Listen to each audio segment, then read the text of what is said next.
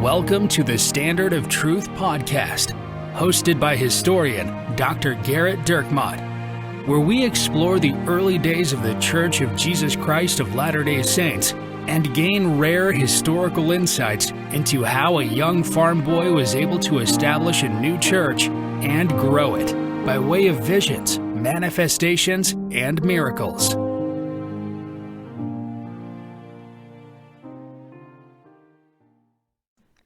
Hi, welcome to the Standard of Truth podcast. I'm your host, Garrett Dirkmaat, and I'm joined by my friend, Richard Leduc. Hello, Garrett. In the last podcast, we talked about the context surrounding Joseph Smith's decision to run for president. We got up to the point where he had written letters to potential candidates on both sides, or both parties, the Whigs and the Democrats, and we started with John C. Calhoun. Yeah, we provided a lot of context. It was very context heavy.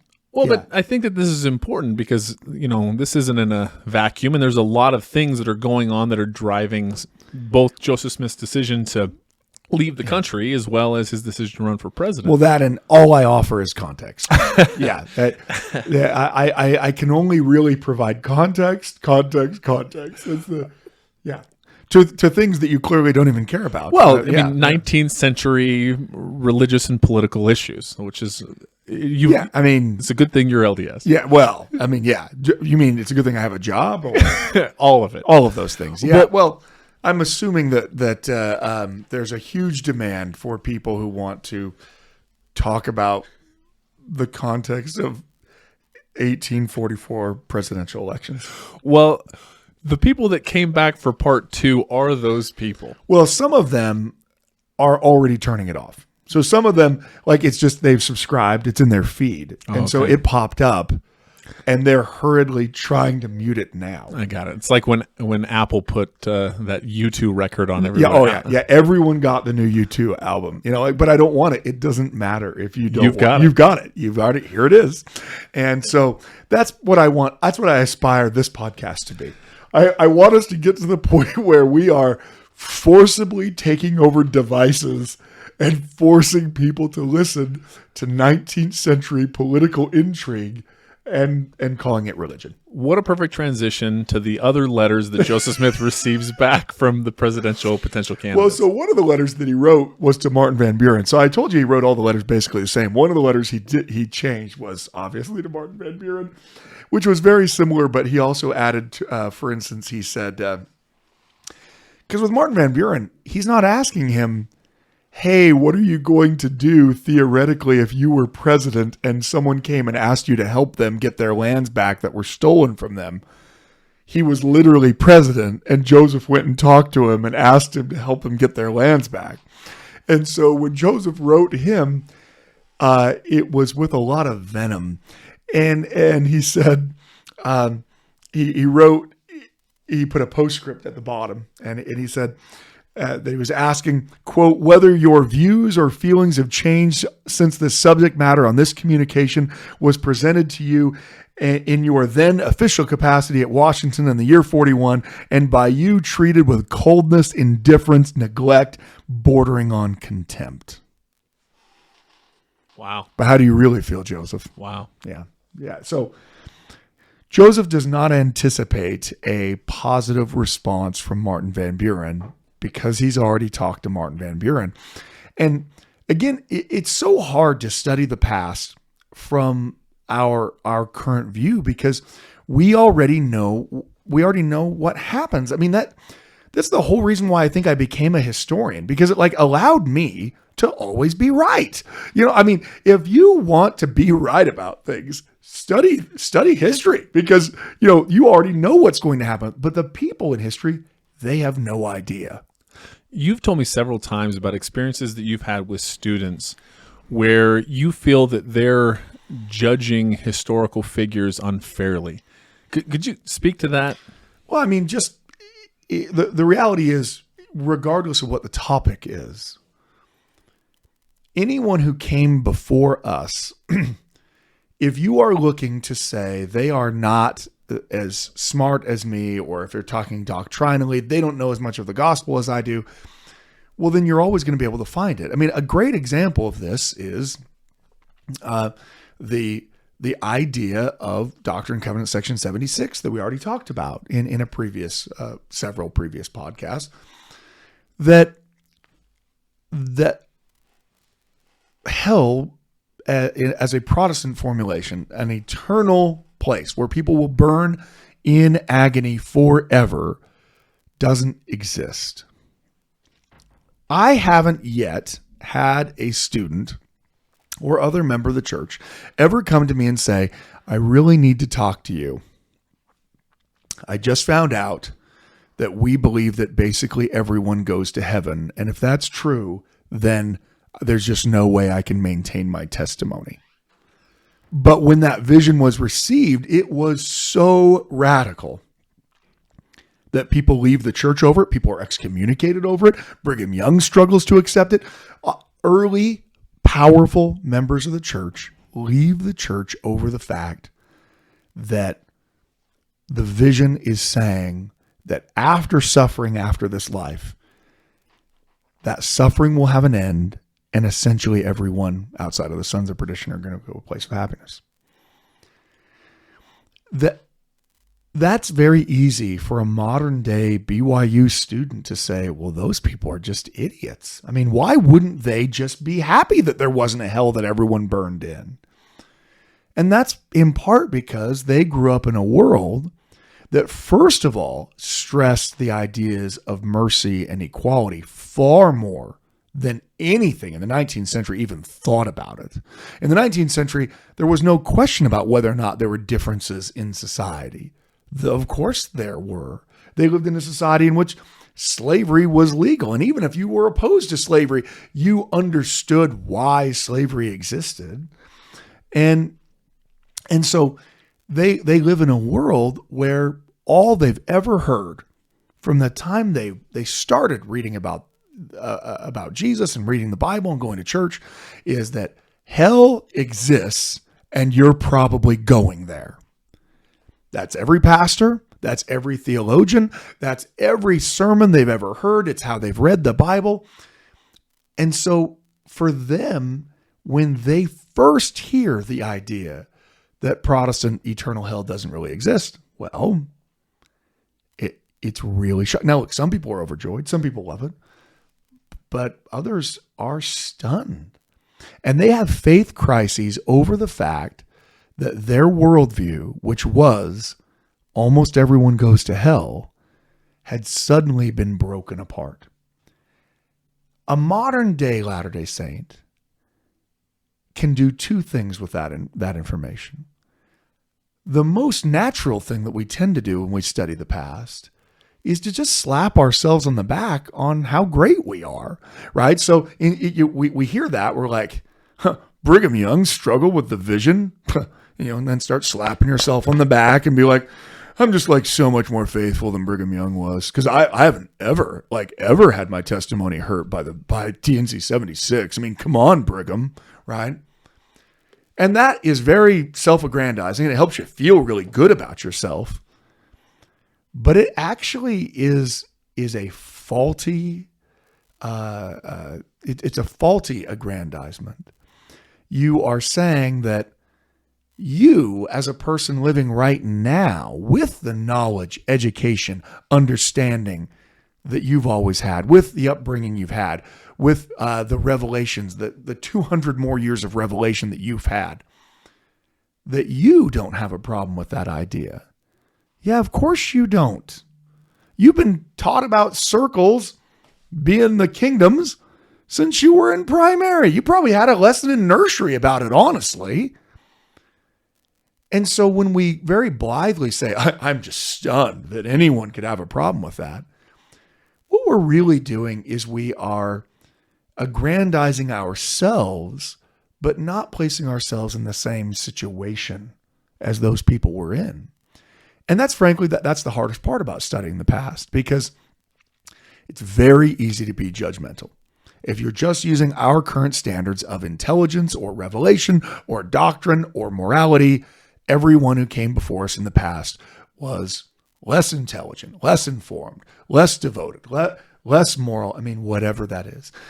And frankly, the reality is 100 years from now, your great grandkids are going to be desperately trying to hide your Facebook posts and tweets from other people, because there will be things in them that in their culture and their world, they will see as unintelligent, uninformed, undevoted, and immoral. And you're thinking, no, not me. I'm not an immoral person. I know. And that's exactly how it was for people in the past. So I'm not trying to say that there's a relativism in the sense that slavery isn't somehow evil. Slavery's evil, whether people realize it's evil or not. But there is a very big difference between living in a world that universally condemns racism and slavery as evil, and growing up in a world that is actually doing the exact opposite, where scientists are trying to claim falsely, like it's not even real science. I mean, using the word science next to it is giant air quotes to even begin with, but claiming scientifically that there are literal differences between the races, or theologians claiming that God not only wills them to keep slavery, but it's actually God's will in the Bible commanding them to own slaves. Now, to us today in the 21st century, it's offensive, and it should be. But if we're trying to understand why people thought the way they did in the past, just pounding our chests about how we wouldn't have been the same person doesn't actually get us to that place. It makes us feel good. And that's what it does. But it doesn't describe things. I mean, a great example of this kind of relativism and how it affects us when we look back on the past is Abraham Lincoln in the last week of his life. He gave an incredibly controversial speech. In fact, this speech, I have no doubt, will be used against Lincoln's legacy at some point, if it isn't already. Lincoln makes a suggestion, and it is a very tentative suggestion. The war is coming to the end.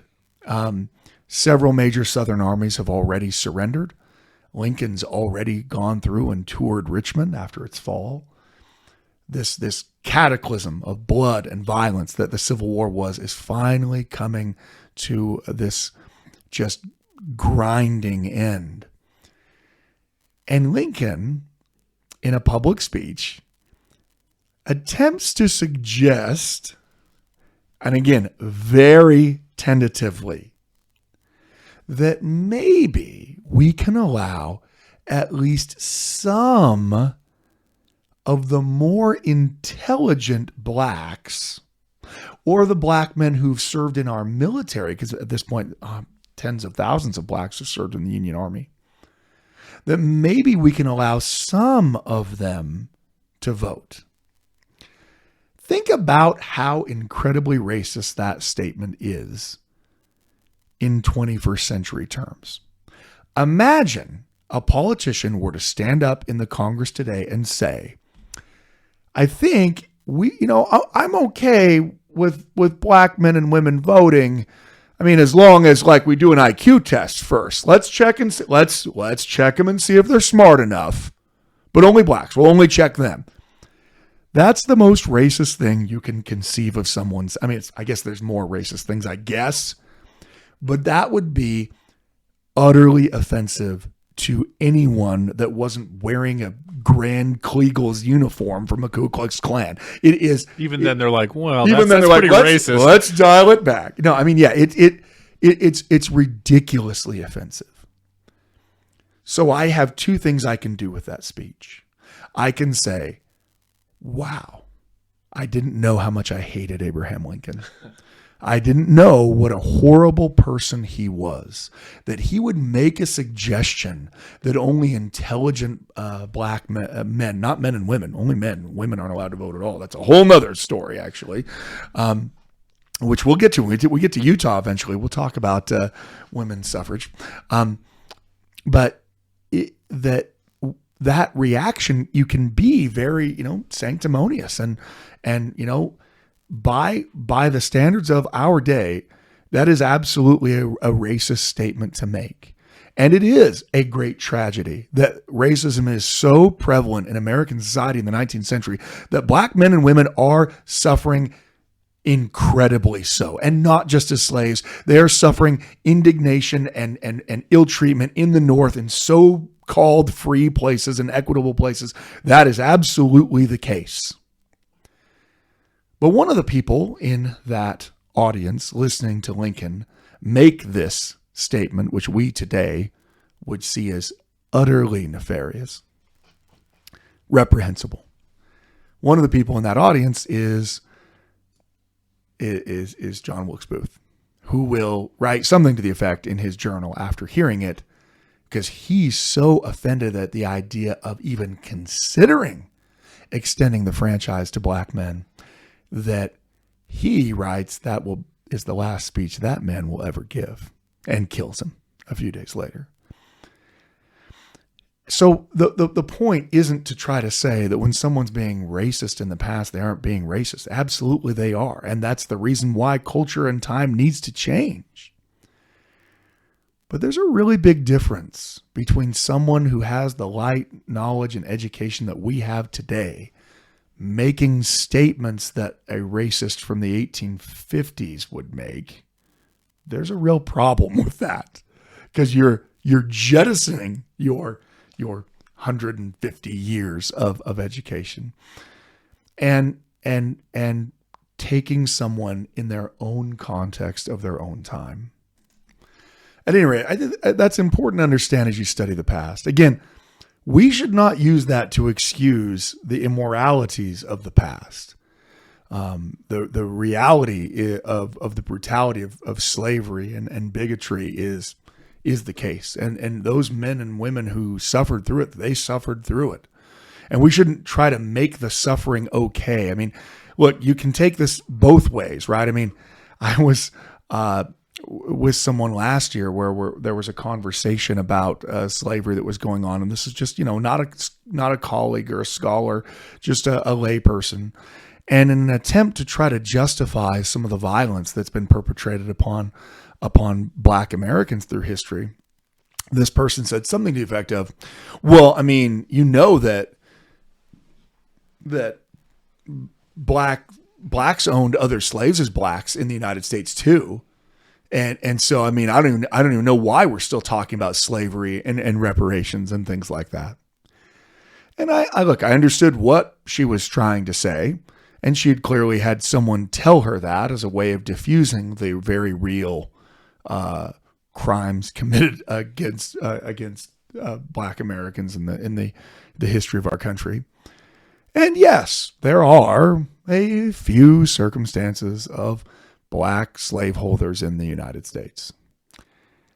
But trying to conflate the ownership of millions of people with the idiosyncratic and incredibly isolated places where there was less prejudice against black Americans is just, that's not good history either, right? So I think it's important to try to understand the past in its own context, in its own format. At any rate, let's get back to one of the letters that Joseph wrote to Lewis Cass. We talked about him as being he was the one who was the Secretary of War who implemented the Indian Removal Act. So he's probably not going to be one of your favorite people from history either, and he's not one of mine. He is going to actually give a fairly lengthy response to Joseph. It's much longer than it's much longer than Calhoun's, and I think in part because Cass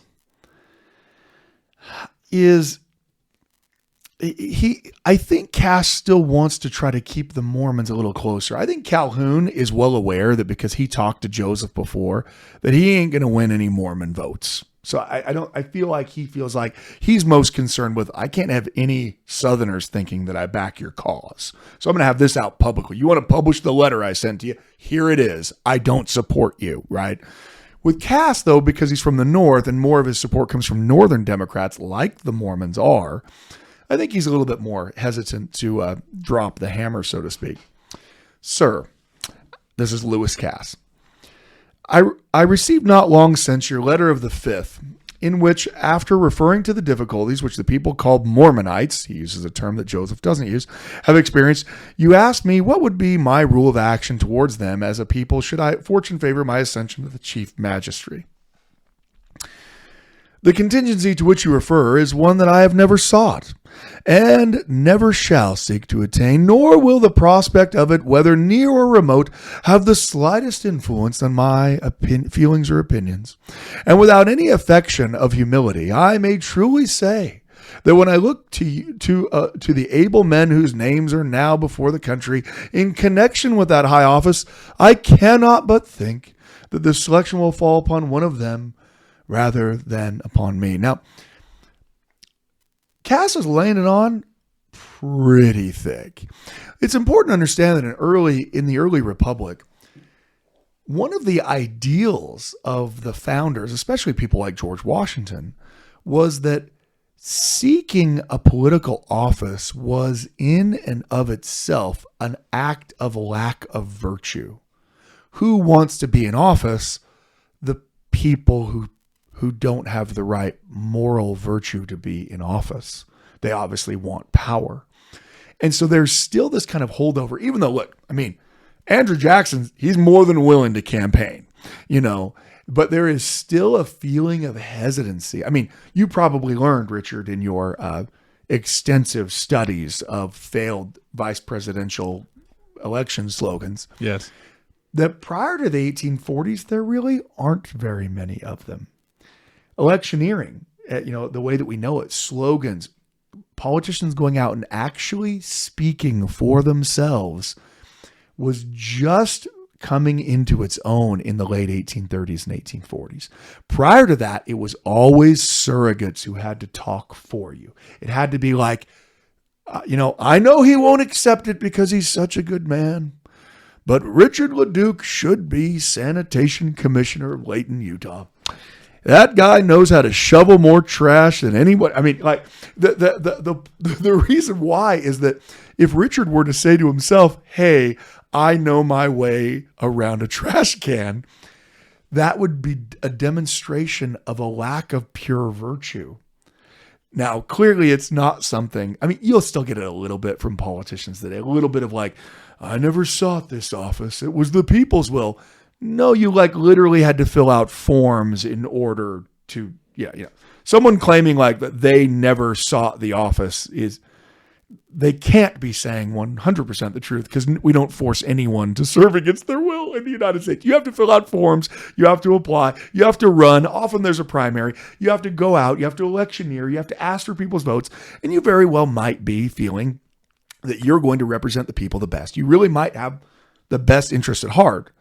But it's a very different campaigning thing than it was then. And so you can see Lewis Cass here. I mean, the great irony of this is Lewis Cass is not even being honest to Joseph Smith. He has every intention of running. His name is being bandied about all over the country. Joseph didn't just throw darts at a board and say, who are some Democrats I could write to? I mean, he is looking, he's reading the national newspapers, hearing what the prominent Democrats around him are saying about who's going to run, and saying, okay, these are the most likely candidates. Lewis Cass, the most prominent Northern Democrat outside of Martin Van Buren, the former president, Richard Johnson, former vice president and kind of an upper South Democrat, so pro-slavery, but upper South. John C. Calhoun, leader of the Southern Democrats. I mean, Joseph is asking him for a reason. And Cass, I already said in our last podcast, he's actually going to be the front runner on the first 9 ballots of the convention. So his faux humility there in claiming that he would never actually seek. I mean, he says, I will not seek. I shall never seek to attain that office, except for when he did, which was almost immediately after he wrote this letter. After his faux humility, he continues, quote, still ordinary civility requires that I should answer you, and I do so with the less hesitation, as your question involves neither doubt nor difficulty. can you tell Lewis Cass is a pretty proud of himself lawyer? I think then that the Mormonites should be treated as all other persons are treated in the country. Oh, that sounds nice. That they should be protected in their rights and punished when they violate laws. Our Constitution recognizes no system of religion, either as a test for public office or as a condition for private protection. And whatever may be their faith or worship, are equal before the law. In thus stating great general principles, I have stated what would be my rule of action as a magistrate or a citizen. Should any case arise requiring my decision farther than this, I can make no declaration. Of the facts to which you refer, I have but vague knowledge, having been absent from the country during the period of your occurrence. Now, it's true, he was the minister to France during the time period of the Missouri difficulties, but he would have to be living with his head inside of a French bakery in order to not hear about the violence perpetrated against the Mormons in Missouri, because it was everywhere in the papers. So he knows, but of course is using that as a kind of a screen.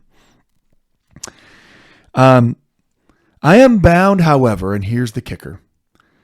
I am bound, however, in candor to add that if your application for redress to which you consider yourselves entitled has been, as you say, rejected by the constituted authorities of the state of Missouri and by Congress, I do not see what power the President of the United States could have over the matter or how he could interfere with it. Very respectfully, I am your obedient servant, Lewis Cass. So you'll notice that Lewis Cass says a couple things. He first of all attempts to distance himself from the question a great deal. I mean, like any good White House press secretary, he's not answering the question that's being asked. He puts out some generalities. Well, you ask what I would do if I was president. I mean, what I would do if I was president is the same thing I would do if I was a private citizen, because I won't change my views because I'm virtuous. Express some general sympathy, like, oh, I'm so sorry to see that Mormons aren't treated the way that they should be treated. But then when he gets right down to it at the very end, the part that really matters is the power of the presidency doesn't have the power to do anything about it. This is the man that, speaking as the person that was responsible for following through on Andrew Jackson's order to drive. Yeah, his unconstitutional order that the Supreme Court of the United States declared to be unconstitutional and ordered him to not do, that he just did anyway. This is something that we've talked about in previous podcasts, this idea of, well, perhaps these candidates didn't actually think that this was the place of the president or the executive branch to do anything. But the people that you've talked about, John C. Calhoun and also here, these are people that were very involved in these, not just aware of this, but involved in. Yeah, I mean, so let me get this straight. The president doesn't have the power to help American citizens redress their grievances when their lands are stolen from them by the state militia of Missouri. The American president can't intervene when a state decides with impunity to simply murder its citizens and steal their belongings. But that same president who has no power to intervene in Missouri absolutely has the power to intervene in Georgia and in Florida and in Mississippi and force at the point of a gun tens of thousands of American Indians to be forcibly relocated to other lands, violating a Senate treaty. But tell me all about the rule of law and the limited nature of the presidential powers. I think people run to the limited nature of presidential power when it suits them. Yeah, and it certainly suits them at this point. But is there an actual bar to their action on it?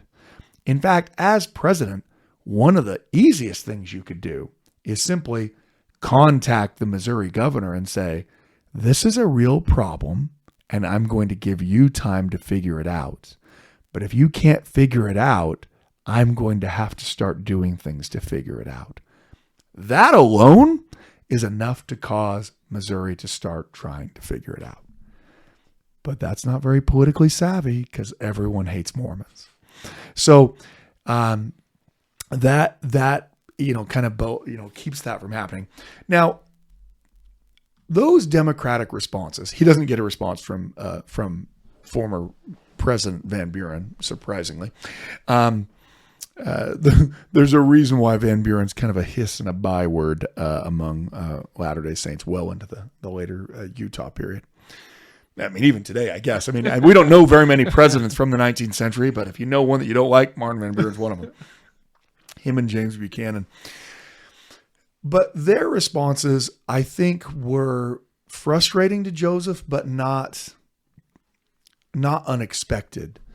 Joseph clearly knew that John C. Calhoun was not in favor of helping them because John C. Calhoun had already had a conversation with Joseph and said, I'm not willing to help you. But when he gets his letter back from Henry Clay, I think that one's devastating. I think it's devastating because Joseph had gone on record saying that he supported Clay. He felt like he could trust Clay, that if anyone was going to help them in their difficulties, it would be Clay. And frankly, I'm sure Joseph thought that their willingness to pledge support for Clay would actually cause the Whigs to really take up the Mormon cause. You see this locally in Illinois. You see newspapers that have been attacking Mormons incessantly from the time they came into the state. Whig newspapers like the Quincy Whig.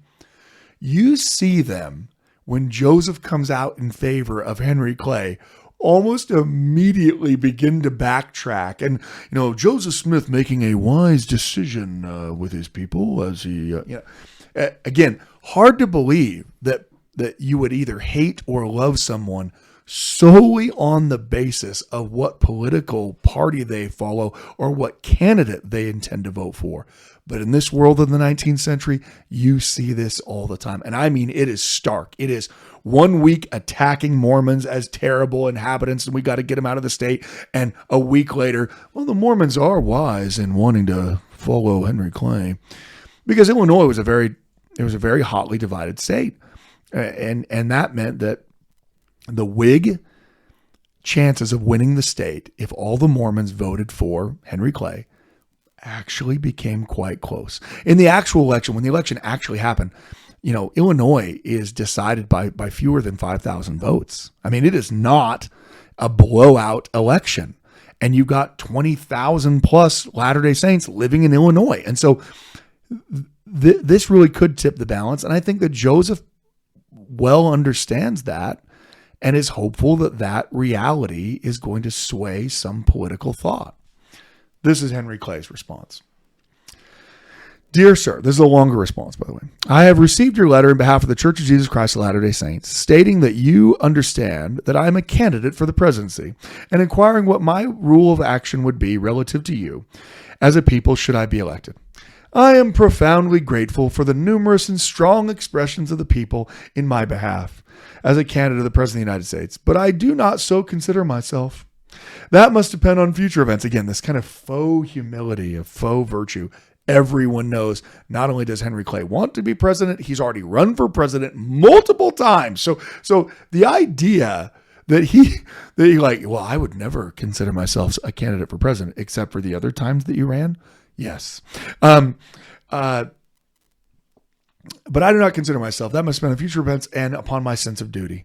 Should I be a candidate, I can enter into no engagements or make no promises, give no pledges to any particular portion of people of the United States.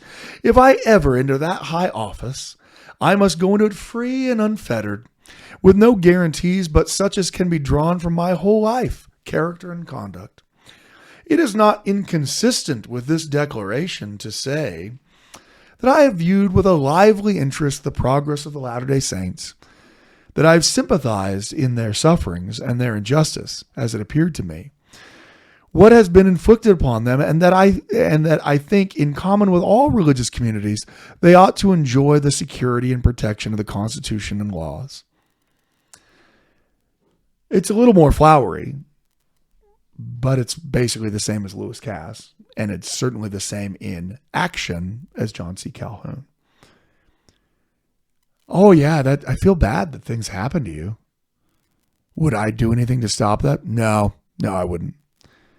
And the platitudes aren't helping anyone. The platitudes don't put food on the table for these Latter-day Saint refugees in Nauvoo. The platitudes don't bring back someone's murdered child from Hans Mill. The platitudes don't actually fix anything. Just saying, yeah, I feel really bad about that. I mean, I guess that's better than saying I'm really happy it happened. But in either case, you're not doing anything to fix it. And so Joseph is going to respond angrily. Those letters are also, I'll read part of them so you get an idea, but they're very lengthy, so I'm not going to read all of them. But let's start with his return response to John C. Calhoun. Now, these are letters signed under Joseph Smith's name, but they're likely drafted by W.W. Phelps or others that are listening to what Joseph has to say and then drafting the letter for him. That's how a lot of Joseph's writing is done at this time. So when I say it's a letter from Joseph Smith, it's certainly something Joseph reads and he approves and puts his signature to, but he's not the one most likely drafting it. And so this is a pretty acerbic letter. I mean, Joseph is angry. Now listen, you got to remember what Joseph, where he's coming from.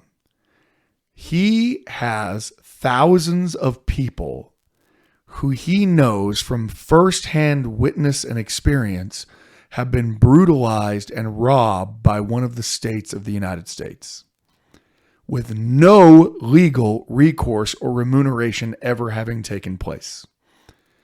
So when he hears John C. Calhoun very dryly and say, well, I already told you there's nothing that the United States can do, it's going to elicit a response that is quite biting. So I don't know if Joseph actually wrote these words or whether Phelps or someone else wrote them for him and then Joseph signed off on them.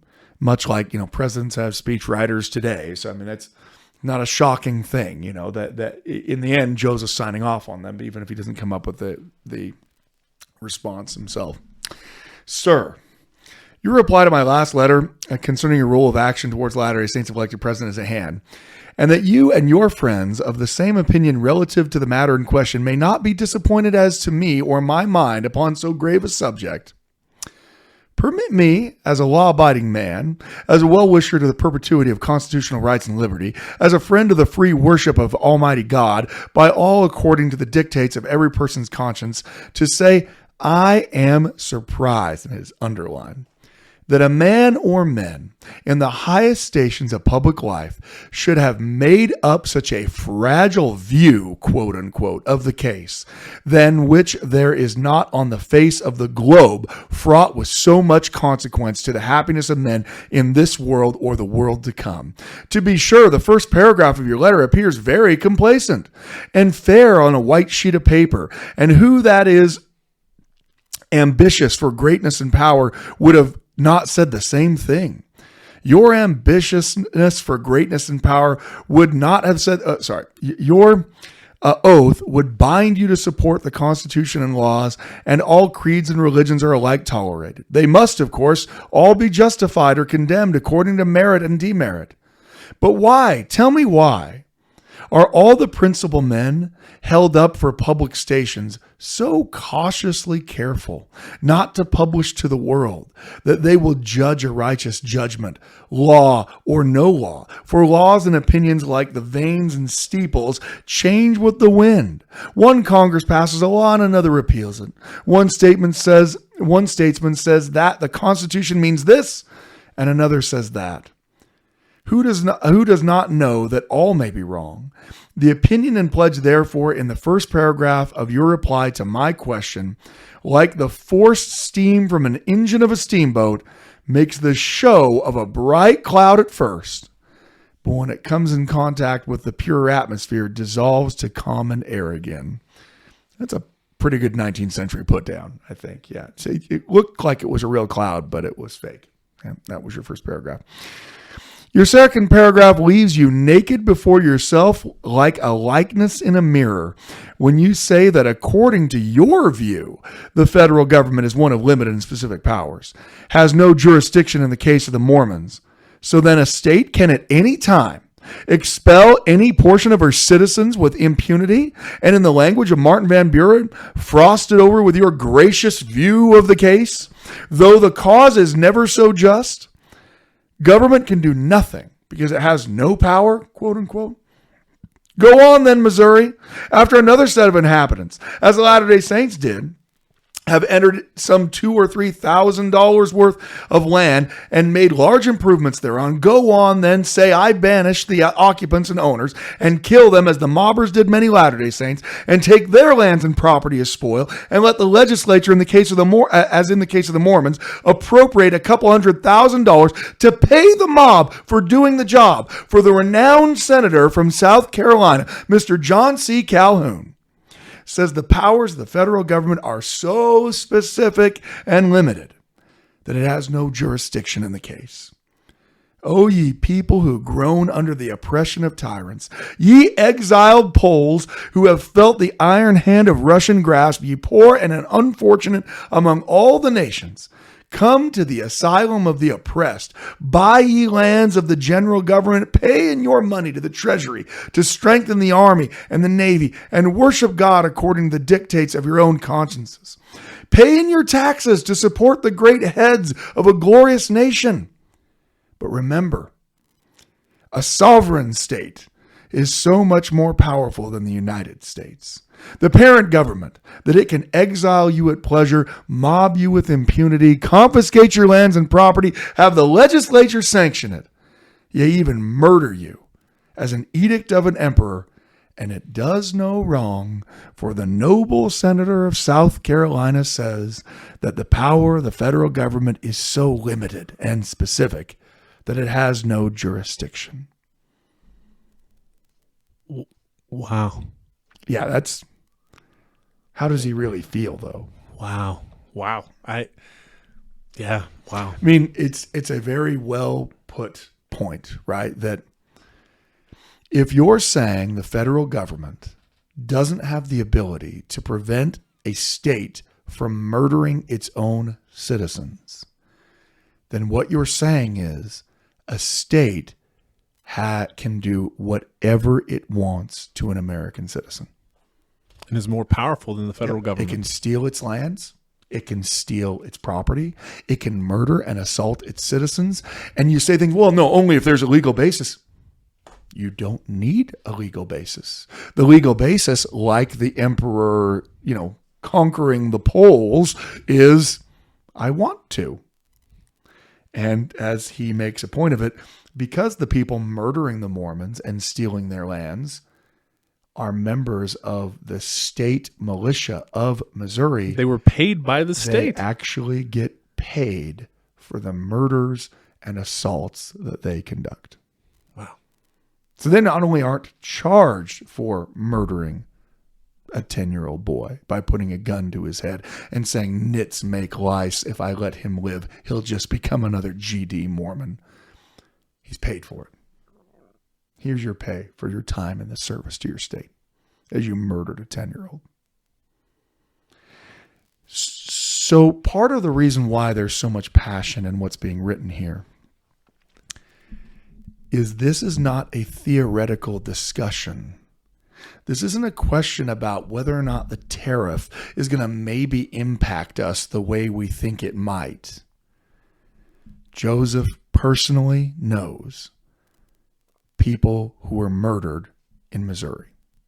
Joseph personally knows thousands of people who lost their belongings and had their homes burned down and had their land stolen in Missouri. Joseph personally knows women who were sexually assaulted in Missouri by the state militia. It's not an academic discussion about whether or not those things are wrong.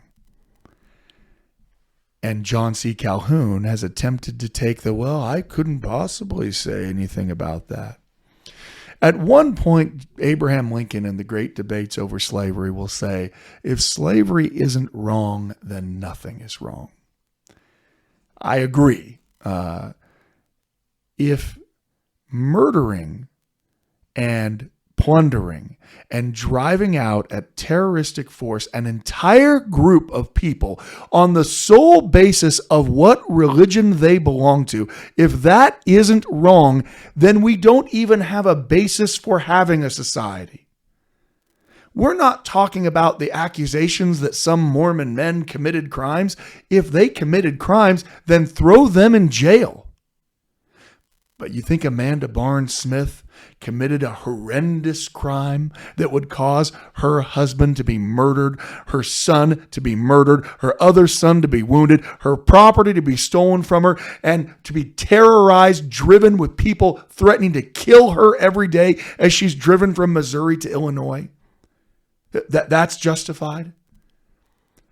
The very fact that people attempt to make an apology for the brutal murders and assaults that take place against the Latter-day Saints, whether they are John C. Calhoun in 1844 or 43, or whether they are someone today, is actually sickening to me.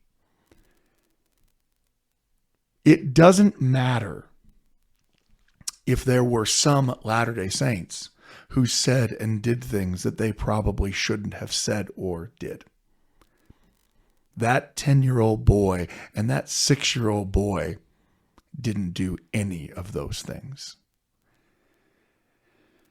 Violence, when it comes to ethnic violence, when it comes to political violence, religious violence is always horrific. But when violence is employed on the basis of a group, when we no longer decide that what someone actually does will determine whether or not they are acceptable to society, but whether or not they are affiliated with someone in some way, and we pass a sentence of death against them, whether they're a child or a woman or an adult or an elderly, it doesn't matter. It doesn't matter. They're affiliated with this hated group, and therefore a death sentence for them. That, as far as Joseph's concerned, as far as I'm concerned, is an abrogation of the entire point of society. So you can sit in nice, cultured halls of Congress and smoke your fat cigars and feel like you're just doing the will of the people while you are complicit in the murder of people.